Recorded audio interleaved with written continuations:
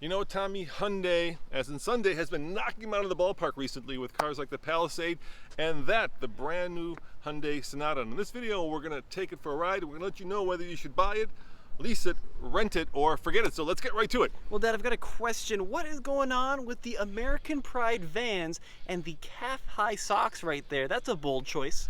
You know, we're here visiting your grandma in Florida. It's like 8,000 degrees, so why am I taking criticism for my outfit from a millennial? Well, you see, you gotta go youthful. That right there, open-toed Teva sandals, a slice of Colorado in Florida. I apologize for all this. Let's show them the car, Tommy.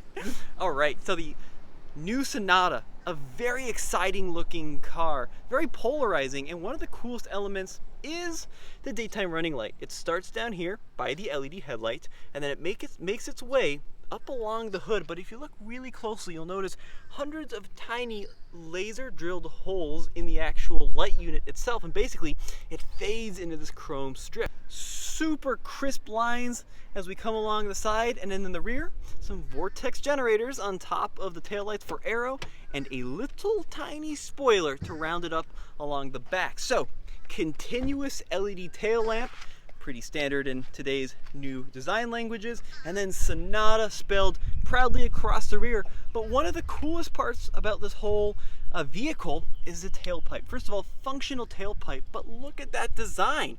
Super innovative and just a little bit out there. So Dad, what do you think of the engine? I think it's a turbo. It's turbocharged, Tommy. It says so right there. Okay, so 1.6 liter gasoline direct injected turbo. It's called the Smart Stream. In this case, it makes 180 horsepower and 195 pound-feet of torque. There is a more of a base engine available, which is a naturally aspirated unit mated to a CVT, but this is the one you want, and apparently there is a hotter version of this coming. That's the one I want, the N, dude. I think it's going to have well over 200 horsepower, if not more. Yeah, for sure. So why don't we close it up? How many gears in the transmission? So this one has an 8-speed automatic transmission. And what do you think of this grille? You know, the latest trend, of course, is these massive maws, right? They look like, well, cars that are, you know, taking their inspiration from beluga whales. I think when you make it black, when you black it out, it kind of does detract a little bit from its giant IMA ICE internal combustion engine car, which this thing screams all the way. Okay, well, you know, this is the one part of the design I'm a little bit on the fence about. It kind of looks like a catfish. I hate to say it. Like, these are the tentacles, right? And then you got the big open mouth. Let me know what you think in the comment section below, but I'm kind of on the fence about the front end. All right, let me take the phone and you hit behind the wheel and I'll show them the interior. Now, I'm not in love with this interior. It's a little too much gray. I think you can get more colorful versions of this, but hop on in, Tommy. Let's show them what the inside looks like. Yeah, but it's got red piping. How can you dislike an interior with red piping? I like the red piping around the steering wheel. All right, hold up. It is 1,000 degrees in here. Let's turn on some AC. I know you don't like all the gray, but look at the design. There's a lot of value and just a lot of creativity in here, especially at the price point. Why don't we talk about what this vehicle costs? $32,000. Ah, you were quick, Dad. Look at that, $32,174. Fuel economy, 30 mpg combined on this SEL Plus. What do you think is the average new transaction price of a new vehicle? I don't know. What is it? It's $38,000, dude. So this comes well in below that. That's pretty impressive. And the amount of stuff you get for $32K, why don't you show them? Yeah, you get things like wireless phone charging. You get heated seats.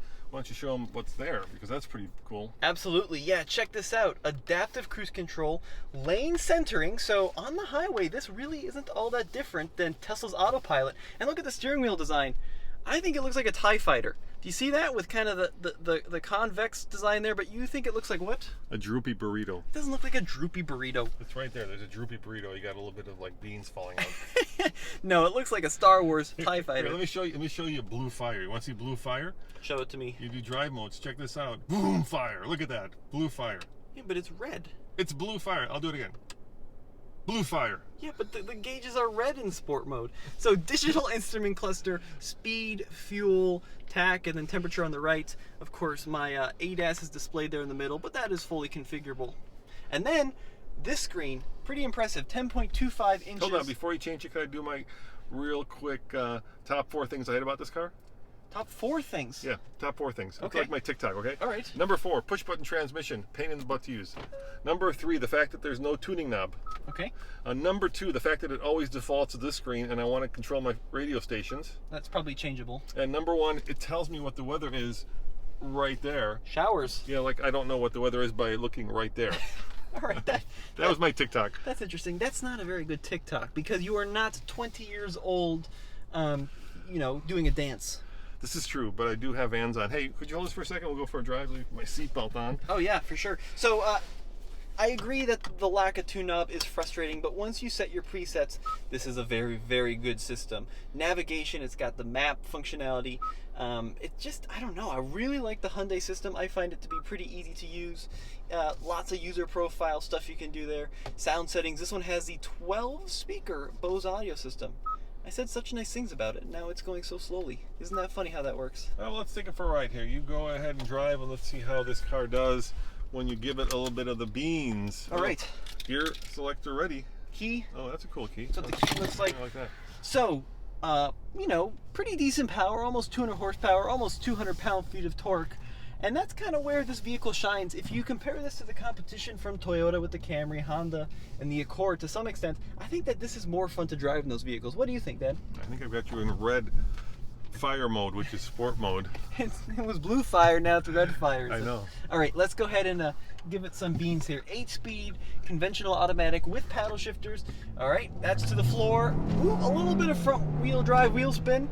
Revs up to over 6,000, and it really has a lot of confidence. Transmission's pretty quick, not the fastest I've ever experienced, but it's willing and eager to get you past that obstacle. I would call it perky, Tommy. It's definitely a perky car when you floor it, and it's also, I think, relatively, maybe even more than. I'm gonna go like very well screwed together, right? Even though we did have that one issue with a little bit of trim there, for the most part, this car feels like it's built out of one giant chunk of metal, which is a good thing. Look at that turning radius. So That's good. Back on the throttle, a little bit of torque steer, but it hooks up pretty darn well.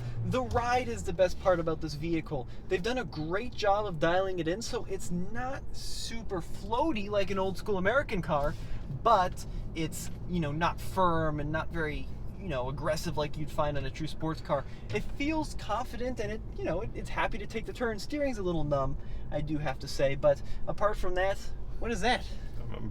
I'm helping you viewers feel like you're in the car with me. Okay, that's some interesting POV action there. You know what this car competes with, right? Yeah. Accord, Camry, Altima, Yeah. Passat. Yeah, some of the most popular cars in America. In the world. In the world. Now, I do have to say, another problem we've found with it, we've had it here for a week, is we're here, like I said, visiting your grandma and grandpa, right? Mm-hmm. And they have a really hard time getting in and out of it. We're actually gone back to taking their old first-gen Honda Fit because it takes them so long to get in and out of it. It's just so low. Why don't you get in the back seat and kind of show them? All right. So I am 5'5", although if I stand up straight once in a while, I'm actually 6'1", but this is my driving position. Okay, so out of headroom, I have to say, because of that sloping roofline, but look at the knee room. Tons and tons of knee room. A single USB port. Yeah, very comfortable seat. And let's go ahead and check out the trunk. Okay, very comfortable except for the headroom. I think if you're over 6 feet, this would get pretty tiring. All right, I'll turn it off. You have the key? I do not have the key, but I can have the key. Here's the key. And I'm going to hit the off button, and let's see how much trunk room there is.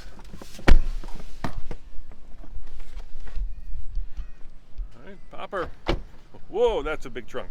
Yeah, so very usable. We've got the seat folding mechanisms up there, and then what's under here? I think it's... I'm gonna say it's a spare saver, which is better than, just a blow-up kit.